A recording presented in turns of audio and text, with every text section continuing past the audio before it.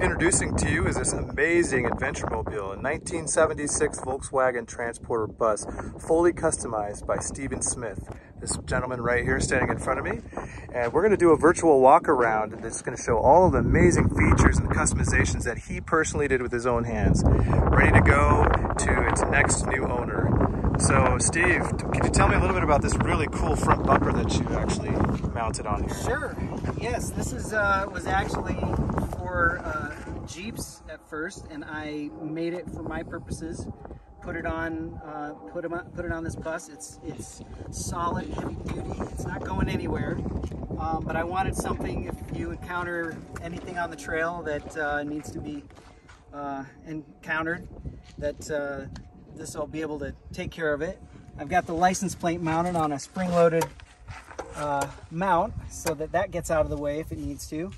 I got the winch here with, it's a synthetic rope, and that helps for keeping it lighter weight. But that'll get you out of any places that you might not be able to get out of. Now you told me this is automatic with a remote? Yes, I've got a remote right here, and you can just... That's incredible. Yeah. That is absolutely incredible. And how did you manage to power that? Do you got a deep cycle battery in here? Yep, it's powered by the Camping battery. It's a 100 amp hour gel cell that's in the back, and that powers this and all of the camping features and the lighting and that type of thing.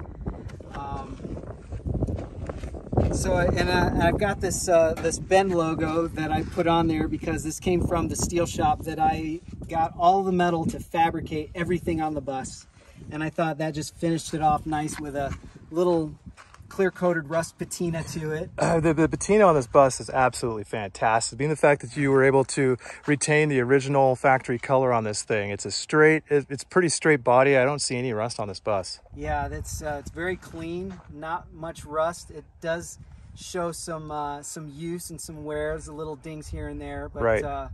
But it adds to the history of it. Yeah. And I wanted to preserve it, so I clear coated some of the surface rust. It was closer to the coast in Oregon here, so that's where it acquired some of that. Pretty sweet light bar. Yes, it's got the light bar and the 200 watt of solar on the top. Yep. That Charge the 100 amp hour gel cell. Gosh, man, we're gonna move over here. All right. Tell me about these wheels and tires. Yes, those are military tires from Coker. They use them on Jeeps and that type of thing, and I wanted something gnarly that was going to be able to go where most people couldn't go, and that just gives you the traction. It makes a little bit of noise on the highway, but it's not as bad as you think. It surprised me once I got going. And you've got custom springs on here, right, for the front end? I put coil springs on all four corners. Okay. Yeah. Beefed it up? Yep. I wanted to increase the load of the suspension. I knew I was going to be adding weight with the camping gear and that, so I wanted to keep the ground clearance and, and be able to have clearance for the tires and that. So. Now here's what I think is really cool. We're just going to zoom in on this really fast. It says Corvallis Spartan. If anybody of you knows that you're an Oregonian and knows where Corvallis, Oregon is, this must have been owned by a teacher or a student or something from the high school. Must be. Back in the 70s. How cool is that? I love this this ladder to get up to the very top of this platform here. Can you tell me a little bit about that? Yeah, this is all some of the fabrication that I did. I did the rock rails, the ladder, the entire rack. The rack I made out of 1 1/4 inch exhaust tubing because I wanted a lightweight but still retain the strength. I wanted a rooftop deck, so I went to Hardwood Industries of Bend and talked to them about the best wood. This is thermo-treated ash from Georgia. Wow, thermo-treated ash, okay. Yep, they said that would be the best, most durable thing for weather and that type of thing. Because it's thermo-treated, it already had that dark color, and I just put some oil on it, some wood oil, to help preserve it a little more even. And you customized those, all of these here. Yes, all the brackets. All the brackets. These are all hand fabricated by me. I wanted the most durable thing and the best clamping system that I could conceivably think of. Man, so it's basically the ultimate party bus. Oh man, this is something you don't see every day, is a swing out spare tire mount. Yes. How cool is that? Yep, and you can get that out of the Super way easy enough easy. to get to the engine.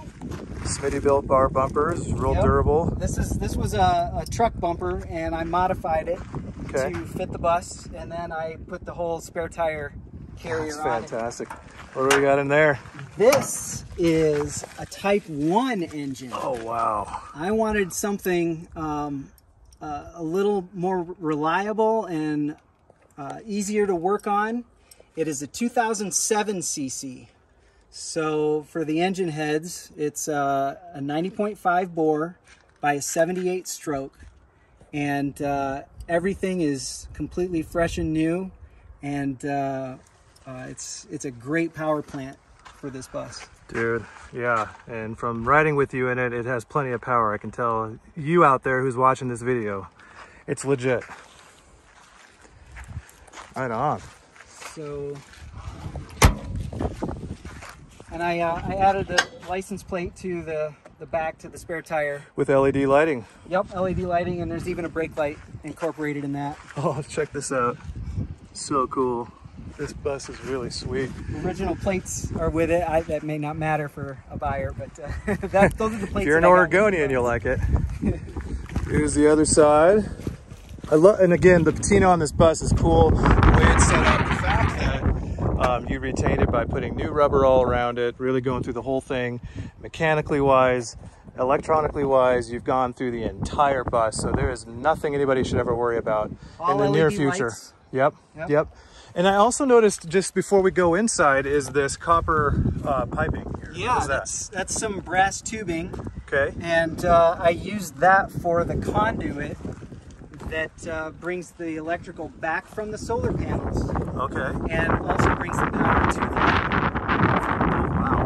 So yeah, that was a chore putting the wiring through there, but it looks nice and tidy. You've got a hose that plugs into that? Yes. This type connector will shut off when it's disconnected. Wow. And this goes to the water tanks on top. There's two 7-gallon water tanks. And I can just connect a hose in here, and it comes right down to the sink. Can I show you that? Yeah, I'd love to. All right. So this is the... I'll get on this side. This is the pull-out kitchen. Oh, that is sweet. And you can plug the hose in and mount it right there, and it's got a valve on it, and that's your sink. And you got a stove. And a stove. Yep. Fully functional. Yep. Propane. Wow. Wow. Oh, and then here's a little storage piece, and you can put all your utensils there, and you still have a flat space to set things. Steve, you're an engineering genius. This is really cool, man.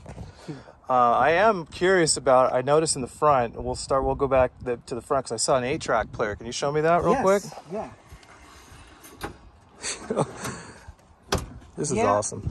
I wanted a little period nostalgia to go with it, and it's got its own speaker system. It's not tied in with anything else, and all you got to do is pop the tape in. Now, folks, if this isn't the coolest bus you've ever seen, I don't know what to say. That is sweet, man. A little Jimi Hendrix for you. Oh, that is so cool. And then what about, tell me a little bit more about the electronics you have in there. It looks like that's pretty custom. One of them is just a voltage indicator and USB connectors. Okay. So you can keep your phone charged up here. The other one is a remote controller for the marine stereo that's back in the back here. Okay.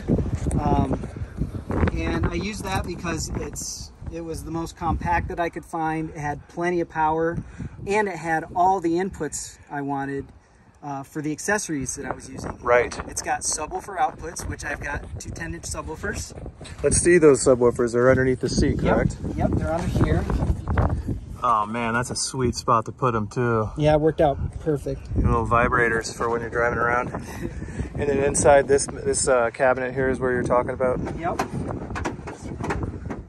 So this is the marine stereo. It's got plenty of power output for the speakers in the back. It's got the TV input comes into this as well. Yeah, open that up here and we'll look inside there. Okay. So there's a little bit of storage space. Here's your hose for the sink. There's a Super Nintendo here that I put in for fun. Super Nintendo. Now this is the coolest bus I've ever seen. And then you got some of these plugs right here. That's Yep, there's some 12-volt sockets and some USBs inside of there. And one of those is used to power the Super Nintendo. And then this guy right here, this is kind of just your main board reader that kind of controls everything. Yep. Everything comes into here, including the TV. And there's also plugs here for there's HDMI for the TV, and the USB goes straight into the stereo. Okay. So you can plug your phone in and play whatever you want. And then these are what's this here? That's just another power for charging things. Okay. USB, and then that's your voltage. Right around the corner here. And that's your solar controller. All the solar stuff came from Zamp here in Bend. And they it's got 200 watts of solar, and this is a controller for the battery. And it can be added onto as well if you want to in the future. I mean, look at the ceiling, man. I mean, now I have a feeling, oh, look at that. You got ambient lighting. LED lighting. Now at night, I'm sure this is just an absolute joy to be in. Oh, it's and not to mention that really cool globe that you have over there. What does that thing do?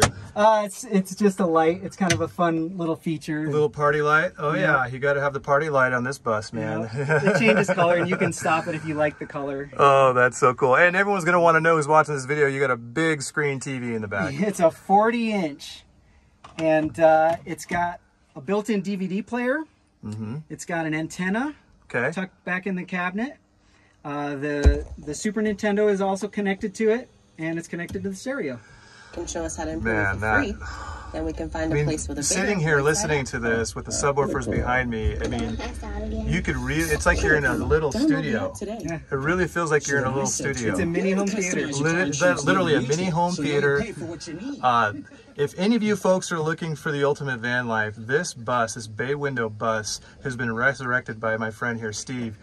You'll want to get this bus. I mean, he pretty much paid attention to every single little detail on this bus, retaining the original paint on the outside, but on the inside, it's just absolutely a dream come true. And if you've been looking for an absolute stellar bus that's gonna only go up in value each year, you'll want to get a hold of this baby. So if you want, please go on to ParnellAutoworks.com. That's P-A-R-N-E-L-L. Autoworks, AUTOWERKS.com for more details.